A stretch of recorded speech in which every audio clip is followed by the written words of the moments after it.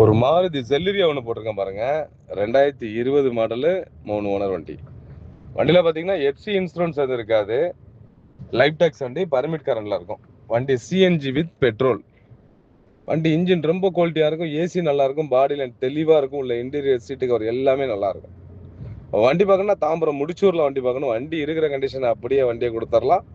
2,65,000 வண்டி கொடுத்துடலாம். ஒரு மாருதி செல்லிரியா ஒன்று போட்டிருக்கேன் பாருங்க. 2020 மாடலு, 3 ஓனர் வண்டி.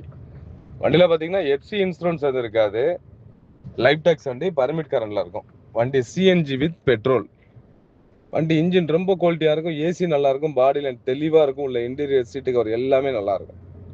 வண்டி பார்க்கணும்னா தாம்பரம் முடிச்சூரில் வண்டி பார்க்கணும். வண்டி இருக்கிற கண்டிஷனை அப்படியே வண்டியை கொடுத்துடலாம். 2,65,000 வண்டி கொடுத்துடலாம்.